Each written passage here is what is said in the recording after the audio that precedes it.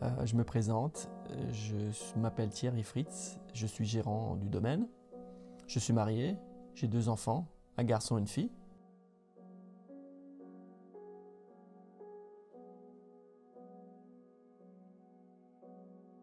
Donc j'ai une sœur Nathalie qui a travaillé avec moi pendant une vingtaine d'années sur le domaine et elle gérait la partie comptabilité.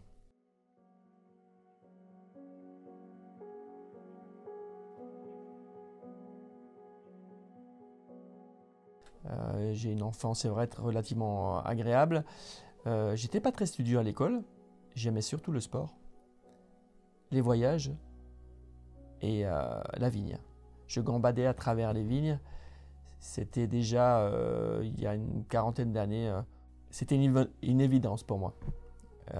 Car les vignes, c'est vrai, j'ai toujours aimé ce contact avec la vigne, avec la terre, le visuel, comment dire. On est quand même dans un contexte, dans un beau cadre de vie. Donc, et puis le domaine, le moulin, les bâtiments, je me sentais bien.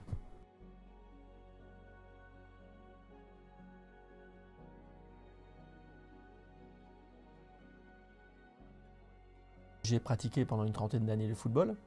J'ai fait du tennis tout petit, du tennis de table. J'aime le basket, le rugby. Bien sûr, là, il va y avoir les Jeux Olympiques à Séoul. Mon rêve, ça serait d'y aller. Pour l'instant, j'ai pas le temps. Je prendrai le temps quand j'aurai la retraite. Ça serait un petit peu ma passion. Voyager à travers le monde et voir les différents événements sportifs.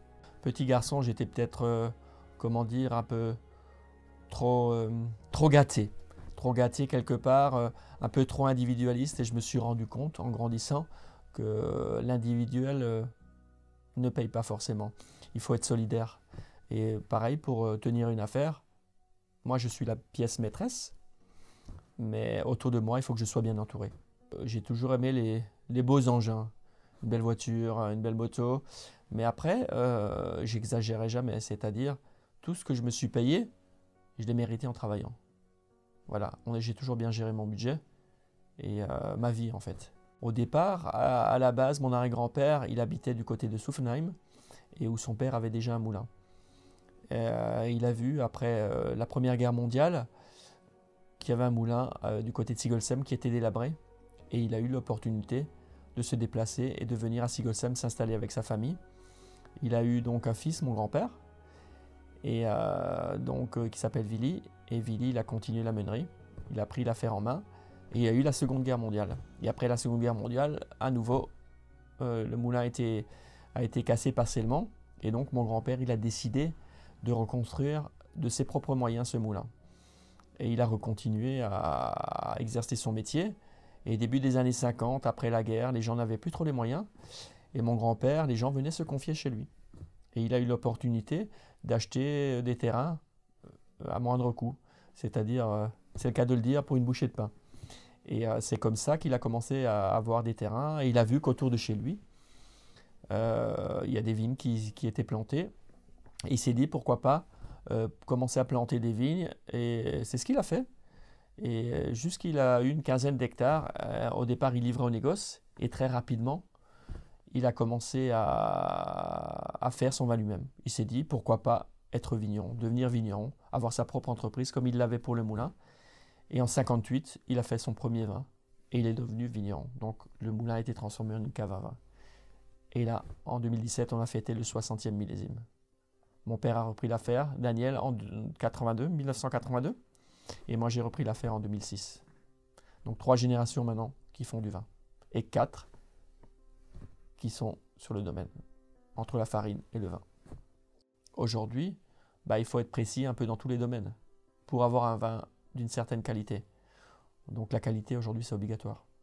Si on veut évoluer et tenir dans ce monde, si on ne fait pas attention et on n'est pas dans le haut du tableau, on ne tient pas. C'est sûr que chaque génération a mis sa touche personnelle. Et moi aujourd'hui c'est vrai que j'ai cette chance-là, c'est que j'aime les vignes, j'aime faire le vin et j'aime surtout le commercialiser. Donc un vigneron, il doit être bon dans ces 3 domaines-là. Ça c'est très important.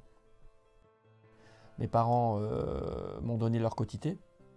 parce que j'ai repris le domaine. Moi, je ferai la même chose avec mes enfants, parce que la personne qui reprend, il y a quand même une charge de travail très importante. Par contre, le reste, ça s'est fait moitié-moitié. Donc ma sœur, elle a une partie des vignes, moi j'ai une partie des vignes. Et il y a une vingtaine d'années, on a partagé le domaine. Aujourd'hui, le domaine nous appartient entièrement.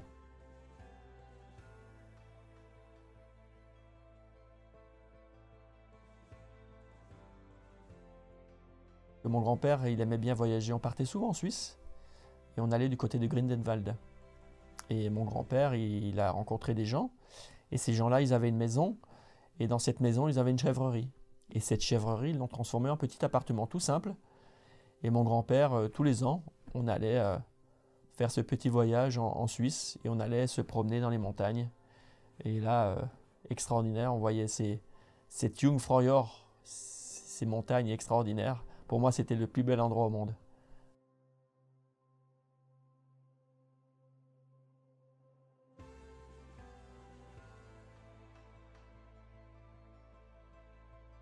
Et donc la guerre, c'est sûr que c'était...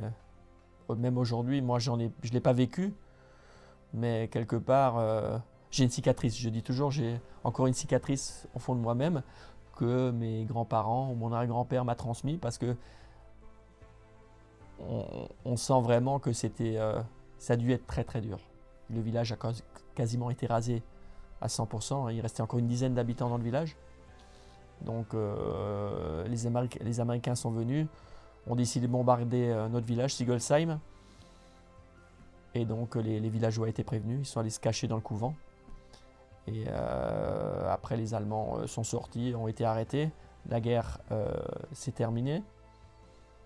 Et donc là, il fallait reconstruire le village. Notre village a été partiellement... notre moulin a été partiellement détruit, pardon. Donc le grand-père a pu reconstruire lui-même. Tandis que les villageois ont pu avoir les dommages de guerre.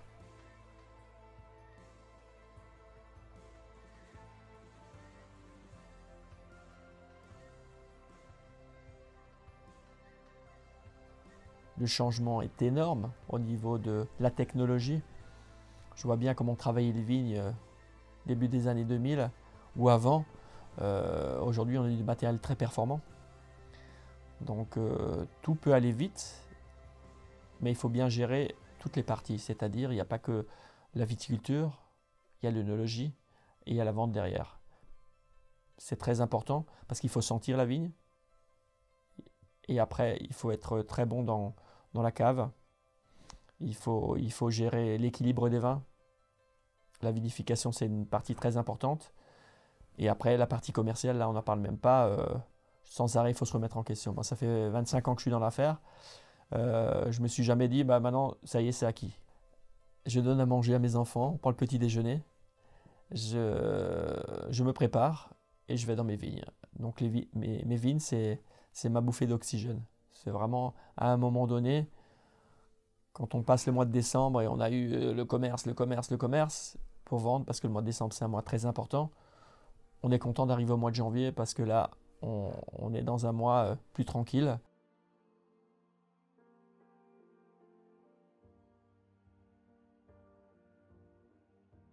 Et il ne faut jamais forcer la vigne. La vigne, elle donne ce qu'elle doit donner. Elle s'adapte d'après le temps. La nature reprend toujours ses droits. Il ne faut pas forcer la nature. Il va pleuvoir, il va faire beau.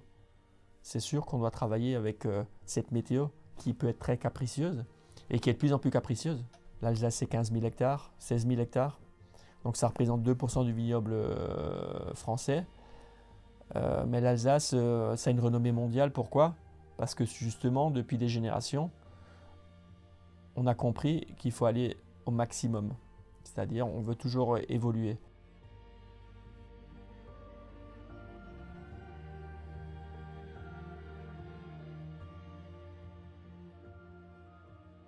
Les vendanges, c'était toujours un moment très convivial. Parce que les vendanges, il faut savoir qu'à l'époque, les gens venaient dans le moulin. Comme on avait différentes maisons, et dans ces maisons, il y avait des appartements, les gens venaient dormir. En fait, les gens venaient de Moselle, des Vosges, un petit peu assez local, et ils réservaient leurs vacances. C'était leurs vacances et ils venaient faire les vendanges. Et donc, ils passaient 15 jours extraordinaires chez nous parce que on les logeait et ils mangeaient chez nous le matin, le midi et le soir. Et il y avait toujours une bonne ambiance. Et j'ai vécu un peu dans cette convivialité. C'est pour ça que j'ai aussi cet état d'esprit d'aller vers l'autre. Parce qu'on a toujours eu du monde. On a toujours eu l'habitude d'avoir du monde. Alors une anecdote sympa, il y avait un rideau un peu comme ici dans ce studio. Et derrière ce rideau, il y avait une douche. Et derrière ces douches, il y avait des vendangeuses qui prenaient des douches. Et moi, j'avais de la chance, c'est que j'avais repéré cet endroit et je pouvais voir ces jolies filles qui prenaient la douche.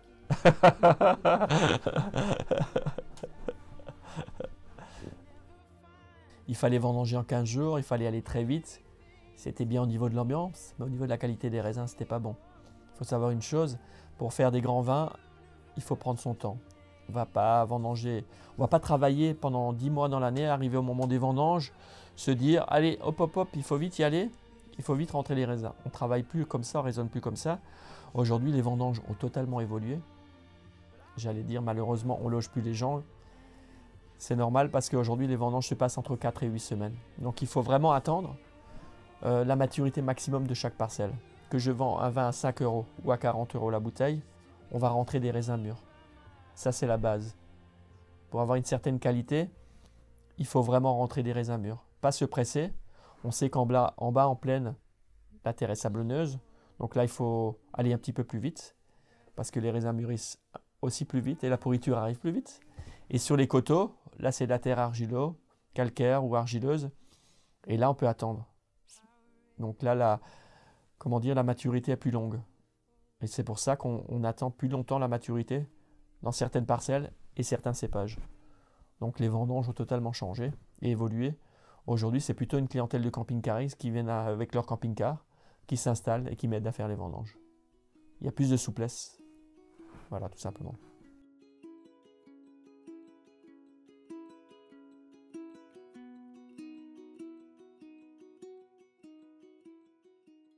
Alors les caractéristiques de nos vins, c'est relativement simple. Nous, on fait des vins fins, droits, bien équilibrés. Et il y a toujours une trame acide. Ça, c'est très important. Parce que l'acidité dans les vins, c'est l'équilibre du vin.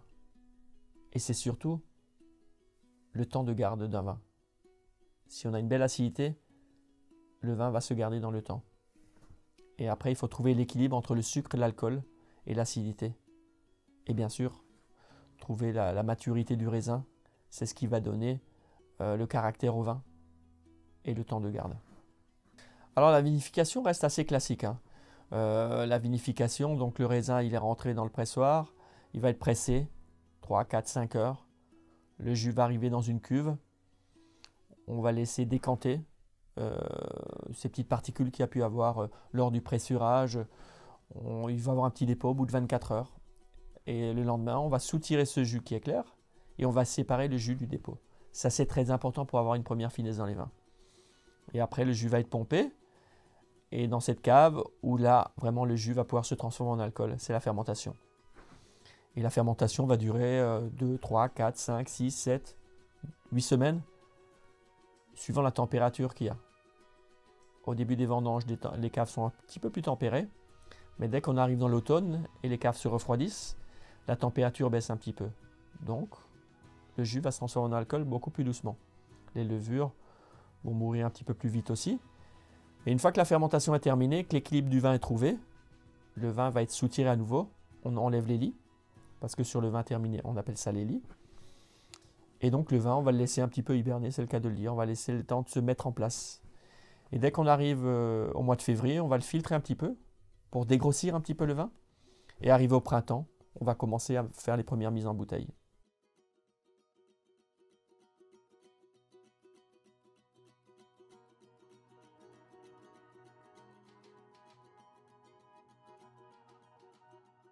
Moi, j'ai toujours eu de la chance, c'est que j'ai toujours rencontré les bonnes personnes. Donc, les camping-cars, ça a démarré il y a une dizaine d'années. Et au départ, j'arrivais sur Kaysersberg, car on avait un magasin à Kaysersberg. Et là, quand j'arrivais toujours dans ce magasin, je voyais toujours ces camping-cars passer. Et un jour, je me suis dit, pourquoi je ne mettrais pas des petits dépliants? Et j'ai commencé à mettre ces petits dépliants. Et après, j'ai arrêté. Et en 2010, je me suis dit, maintenant, tiens Thierry, pendant un mois, il faut que je fasse ça sérieusement. Et en un mois, j'ai eu 150 camping-cars. Et là, je me suis dit, maintenant, il faut que j'insiste. Et après plusieurs réflexions, on a commencé à enlever quelques rangées de vignes. Juste à côté du domaine, on a 25 arts de vignes. Et j'ai enlevé 2-3 arts pour aménager un aire de camping-car avec des bornes électriques et de l'eau. Donc les gens, ils viennent chez nous, ils s'installent et ils ont 24 heures gratuits. Ils profitent de l'eau et de l'électricité. Et le soir, à 19 h, quand je suis rentré des vignes, je reçois les gens au caveau. Et là, je leur fais une dégustation commentée qui va durer 1 heure, 1 heure et demie. Et aujourd'hui, les camping-cars, ça représente 50% du chiffre d'affaires. Régulièrement, maintenant, chaque année, on a 1500 camping-cars qui viennent. Il y a des clubs de camping-cars qui viennent. Donc, grâce à ces camping-cars, depuis le millésime 2011, on vend 100% de notre récolte. La famille Fritz, il y a toujours eu cette marque de fabrique. C'est-à-dire, moi, je me souviens de mon grand-père, de ma grand-mère, de ma mère, de mon père. Les clients, quand ils viennent, ils sont toujours bien reçus. On reçoit toujours les gens avec le sourire. C'est ce que je marque même sur un petit dépliant. C'est très important. Ou bien sûr, ma femme qui est arrivée, aussi, elle reçoit vraiment très bien les gens. Donc, notre marque de fabrique, c'est l'accueil. Donc, moi, je mets l'accent là-dessus, car en Alsace, c'est une région très touristique. Et je me suis dit un jour, pourquoi pas vendre à 100% en vente directe. Aujourd'hui, on est à 80% en vente directe, donc on n'est pas loin. On fait encore des petites livraisons, des petites expéditions. Mais pourquoi on a envie de venir? Parce qu'on fait du bon vin, on a un accueil formidable. Donc voilà, moi je pense que ces deux facteurs-là, ça fait déjà tout.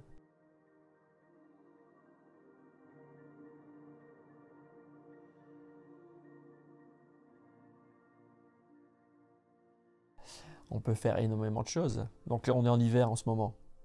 On va juste, on prend la voiture, on va direction le Orbay, la Poutroie, le Bonhomme. On peut faire du ski.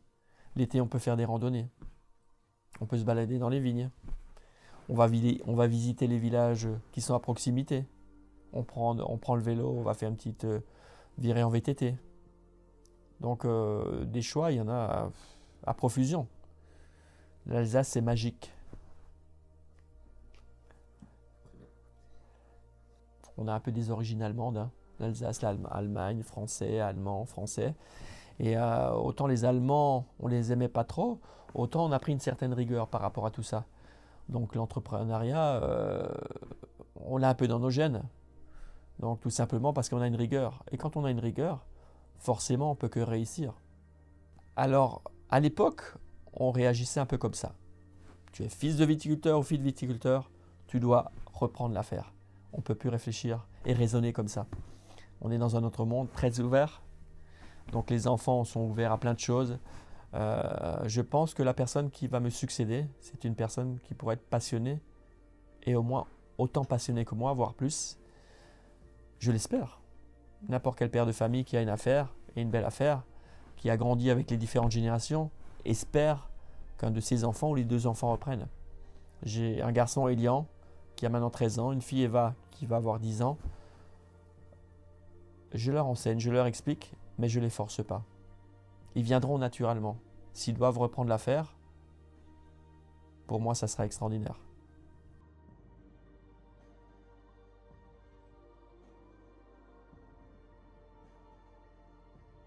Qu'est-ce qui me rend heureux? De me réveiller chaque matin et de me dire que je suis en bonne santé, que mes enfants vont bien, que ma femme va bien, que ma maman va bien, Christiane, très importante aussi dans l'affaire, et que j'aime toujours autant ce métier. Ça fait bientôt 27 ans que je suis sur l'affaire. Le plus longtemps possible. J'en ai 47 ans. Fois 2, ça ferait 94, ça me plairait bien. Venez nous découvrir. Venez découvrir une famille dans un cadre tout à fait original. Il faut quand même savoir que c'était un ancien moulin transformé en une cave à vin. Et aujourd'hui, on a su valoriser notre outil de travail. Venez nous découvrir. Venez déguster nos vins et vous ne serez pas déçus.